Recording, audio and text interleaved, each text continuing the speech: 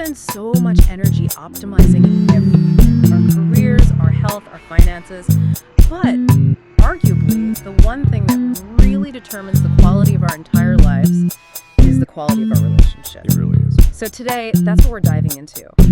Why does true connection, something we all fundamentally crave, feel so, uniquely complex and high stakes right now? It feels that way because it is. I mean, we are asking our romantic partnerships to do something that's, it's almost architecturally impossible. Architecturally impossible? How so? We've essentially taken the entire support structure, all the emotional and, practical weight that an entire community, the proverbial village, used to handle. Right, village. And we've assigned that entire job to just one person, our partner. And that is the core tension we're going to unpack in this deep dive. We've got a whole stack of sources here, pulling from powerful clinical insights, especially relationship experts like Esther Perel, but also some data-driven stuff like the Gottman method. It's a really comprehensive view. Yeah, and the mission here is to really analyze that massive, sometimes painful gap between our huge, almost mythic expectations of love and our, very human day-to-day realities. And that list of expectations, the demands we place on one person today, it's truly staggering. It's almost religious. Okay, like what? We need them to be our best friend, our trusted confidant, our passionate lover, our intellectual equal, our co-parent, our economic support system. And the source of our social status. Exactly. As one of our sources puts it, it's a very tall order for a party of two. Wow. When you list it out like that, it's no wonder modern relationships feel so anxious. But this is a recent thing, historically speaking. Oh, completely. For centuries, relationships were much more transactional. They were organized around survival, duty, obligation. Keeping the farm going. Yeah, keeping the farm going, continuing the family line. They offered safety and predictability. But now they're all about self-fulfillment, personal growth, intense emotional happiness. And that's a radical, almost terrifying change. And we see the result of that clinically, right? We do. People today don't just get divorced because they're in some truly miserable, awful situation.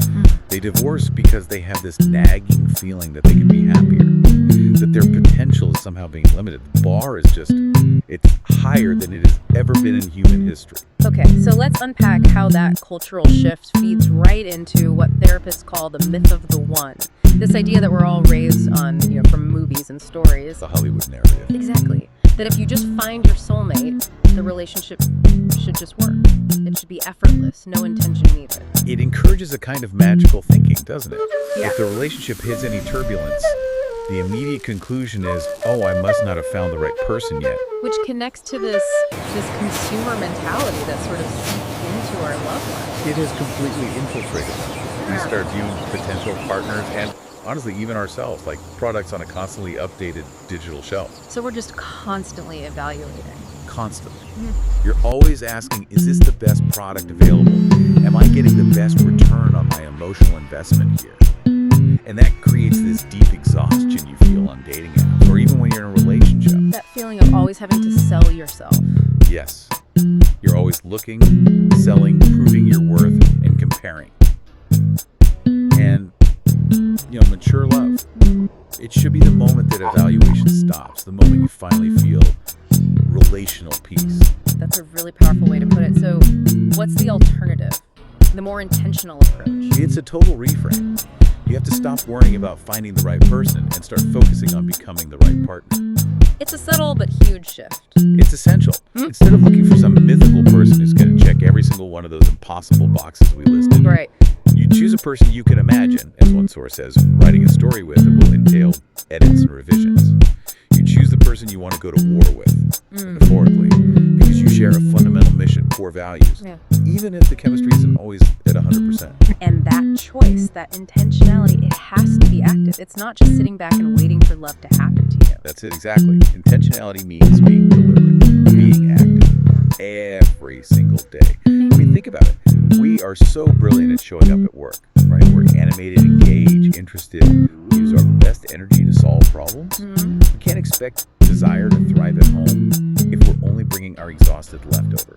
That brings us perfectly to this central paradox of desire, which is so key to understanding long-term relationships. Esther Perel talks about this a lot. The dual needs. Right, that successful relationships have to balance two fundamental and kind of opposing needs: togetherness and separateness. This is the dual mandate. And togetherness, that's the anchor. Yeah. It's a need for connection, for security, predictability, safety. It's where you feel rooted, where you can depend on someone. And essential for love. It is essential for love. But the erotic part, desire, it needs the exact opposite. Desire is rooted in separateness, in freedom, autonomy, novelty, risk-taking. That feeling of stepping outside the comfort zone. When you maximize security and safety, you very often kill desire. Because there's no mystery left. Pearl's famous quote is, "Love enjoys knowing everything about you. Desire needs mystery." And the classic metaphor for this is fire and oxygen. Yes. Desire, like a fire, needs space. It needs oxygen to breathe and to thrive. If a relationship becomes too fused, too enmeshed, too much us all the time, You suffocate the flame. you suffocate the flame, and it dies out. This is key. It can die out even if the love and the deep connection are still very much present. The skill, the art, is creating just enough distance so you can see the other person again, and then closing that gap.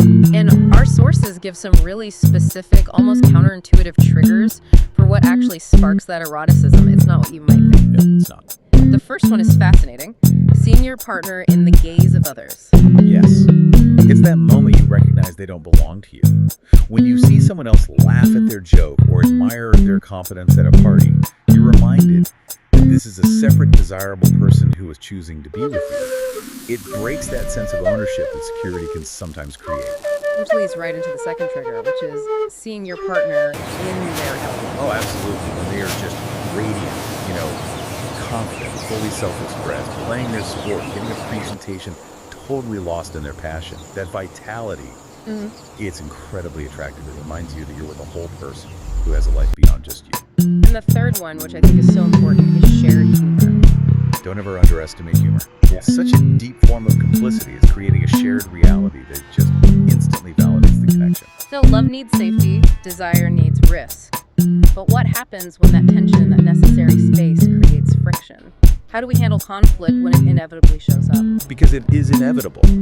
The way you fight, though, is what really dictates the success of the relationship. Therapists talk about problematic patterns as the bad dance. The bad dance. Yeah, you have the classic ones, couples who aim arguments at each other, couples who just withdraw and shut down completely. Or the really famous one, the pursuer-distancer pattern, where one person chases and the other pulls away. And the research is so clear on which behaviors are the most damaging here. We're talking about Gottman's 4 horsemen. You have to know what these are. You absolutely do. I mean, they all matter. But the two most toxic, by far, are contempt and stonewalling. Contempt first. Contempt is essentially verbal abuse from a position of superiority. It's the eye-rolling, the sneering, the mockery. It is the single best predictor of divorce. Full stop. And stonewalling, that's shutting down completely. Refusing to engage, giving the silent treatment. It makes your partner feel invisible. And these have to be addressed immediately. So if that's the bad dance, how do you change the music? It sounds like it starts with intentional action, building up what our sources call the 7 key relationship verbs. This framework is just phenomenal for self-assessment. The 7 verbs are to ask, to take, to receive, to give, to share, to refuse, and to play or imagine. And the idea is you have to honestly look at yourself, probably in your childhood, and ask, which of these is my strongest muscle and which is my weakest? Right. And we tend to default to our strengths. So if you were raised to be a caregiver, you're probably amazing at giving and sharing. But terrible at. Terrible at receiving a compliment or help. And more importantly, terrible at refusing a request when you're already overwhelmed. And if you can't refuse, your boundaries are weak.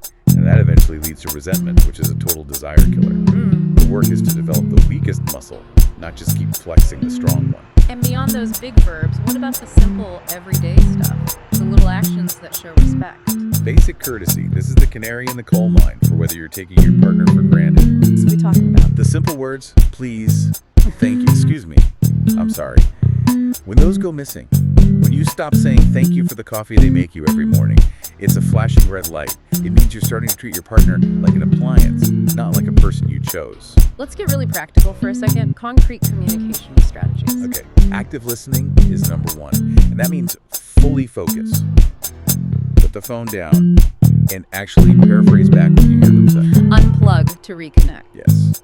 When We all know screams are the silent killer of connection time. And another one. Ask open-ended questions. Don't just ask, did you have a good day? Which just gets a yes or no. Right. Ask, what was the highlight of your day? Or what was the most surprising thing that happened? It signals genuine curiosity. It moves you from just exchanging information to actually sharing a story. So what happens when real harm occurs? A big breach of trust, like infidelity. The repair process has to go way beyond just saying, I'm sorry. Oh, miles beyond. It requires very specific intentional steps. First, you have to acknowledge what happened, and you have to focus on the emotional impact it had on your partner, not just the facts. Not just the technical details. No.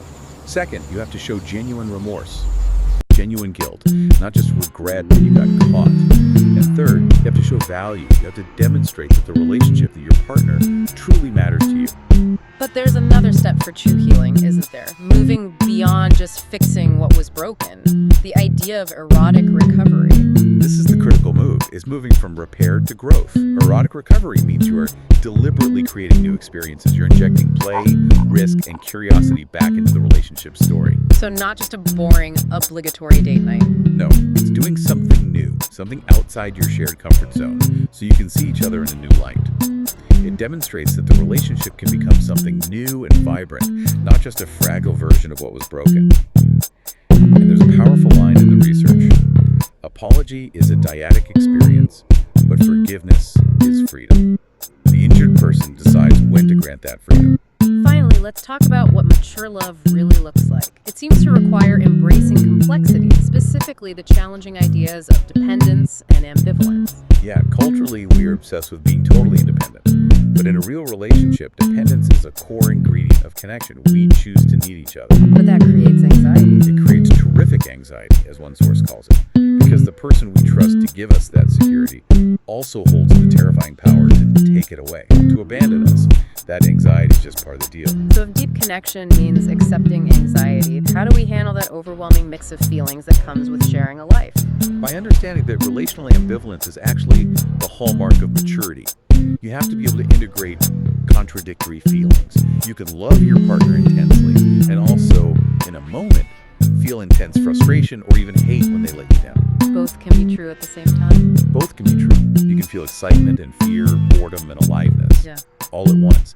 Maturity isn't getting rid of those feelings, it's living with them, not seeing them as a sign that you need to constantly reevaluate whether you should stay or go. Which means you have to calibrate your expectations. Not lower them necessarily, but diversify them. Stop asking one person to be the entire village. Precisely. And that leads to this final framing. A successful relationship isn't a 50-50 split. That just means you're keeping score. Right. It's a 100-100 relationship. It's built on complementarity, on fairness. It requires total generosity towards your partner's need for their own life, their own distance, their separateness. You let them go be radiant in their element because you trust the security you've built together will be there when they come back. That is a profound way to end. I mean, the quality of our lives really does depend on the quality of our relationship. And the takeaway today is that love is a verb. It's an active, intentional, daily choice. And the constant factor, the one unavoidable thing in all your relationships, past and present, is you. It's us. Real change doesn't happen by just finding a different person.